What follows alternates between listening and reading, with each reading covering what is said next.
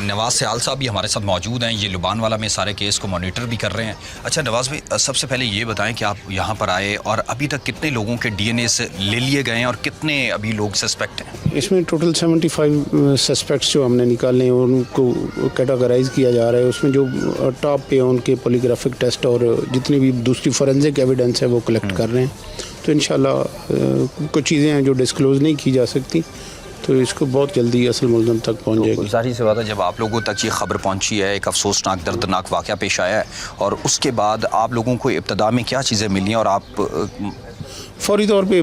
پہنچے ہیں، پوری ڈسٹرکٹ کی پوری کمانڈ پہنچی ہے یہاں پہ، جتنی ایویڈنس ہیں پی ایف ایس اے والے یہاں پہ کال کیے گئے، جو ہمارا اپنا ڈسٹرکٹ ہے وہ جو ایویڈنس یہاں پہ اویلیبل تھی وہ کروائی گئی، پوسٹ مارٹم کروایا گیا۔ کیا اس کے اندر کوئی ایڈوانس ٹیکنالوجی کا بھی استعمال کر رہے ہیں تاکہ اس ملزم کو، اس مجرم کو جلد سے جلد گرفتار کیا جا سکے؟ اس میں کوئی ایسا پہلو نہیں چھوڑا جا رہا ہے، اس میں فورینزک کا استعمال کیا جا رہا ہے، اس میں آئی ٹی کو استعمال کیا جا رہا ہے، اس میں ہیومن انٹیلیجنس کو استعمال کیا جا رہا ہے، اس میں جو سابقہ ریکارڈڈ ہے ان کے حوالے سے ٹیمیں لگی ہوئی ہیں۔ تو یہ تمام کتنی ٹیمیں اس علاقے کے اندر جو اس سارے کے سارے کیس کے اوپر کارروائی کام کر رہی ہیں؟ اس وقت 6 ٹیمز ہیں جو کام کر رہی ہیں۔ 6 ٹیمیں۔ تو کیا لگتا ہے کہ کب تک آپ اس ملزم کو گرفتار کر لیں گے؟ انشاءاللہ بہت جلد، تو امید نزدیک ہیں انشاءاللہ۔ چلیں جی ناظرین، آپ نے سنا ہے یہ لبان والا علاقہ ہے، شیخو پورہ کی تحصیل فیروز والا، اور یہاں پہ یہ ایک ہینیس کرائم ہوتا ہے جس کے اندر ایک بچی کو بے دردی سے قتل کیا جاتا ہے۔ پہلے افواہیں تھی کہ اس کو شاید زیادتی کا نشانہ بنایا گیا، لیکن اس میں کوئی صداقت نہیں ہے، لیکن یہاں پر یہ افسوسناک واقعہ پیش آتا ہے، اور جس طرح چیئرپرسن ہے وزیر اعلیٰ پنجاب کی ہدایات ہیں کہ خواتین پر تشدد نہیں کیا جائے گا، بچیاں سب کی سانجی ہوتی ہیں، اور ہم سب کی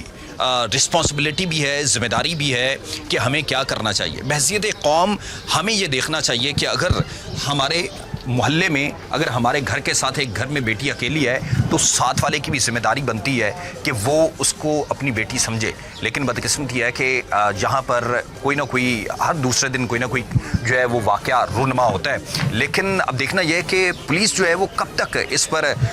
جو ہے وہ کارروائی مکمل کر کے اس مجرم کو گرفتار کر لیتی ہیں۔ وزیر اعلیٰ پنجاب کی ہدایات پہلے بھی میں نے کہا ہے، اور دوسری جانب جو ہنا پرویز بٹ صاحب ہیں وہ بھی یہاں پر آئی ہیں، ان سے بھی بات کی ہے، آپ نے ان کو سنا ہے کہ یہ ریڈ لائن ہے، اور اس کے بعد ظاہر سی بات ہے کسی کو کوئی گنجائش نہیں چھوڑی جائے گی، اور وہ خود آئی ہیں، اور اسی لیے آئی ہیں کہ تاکہ اس ملزم کو جلدی سے جلدی گرفتار بھی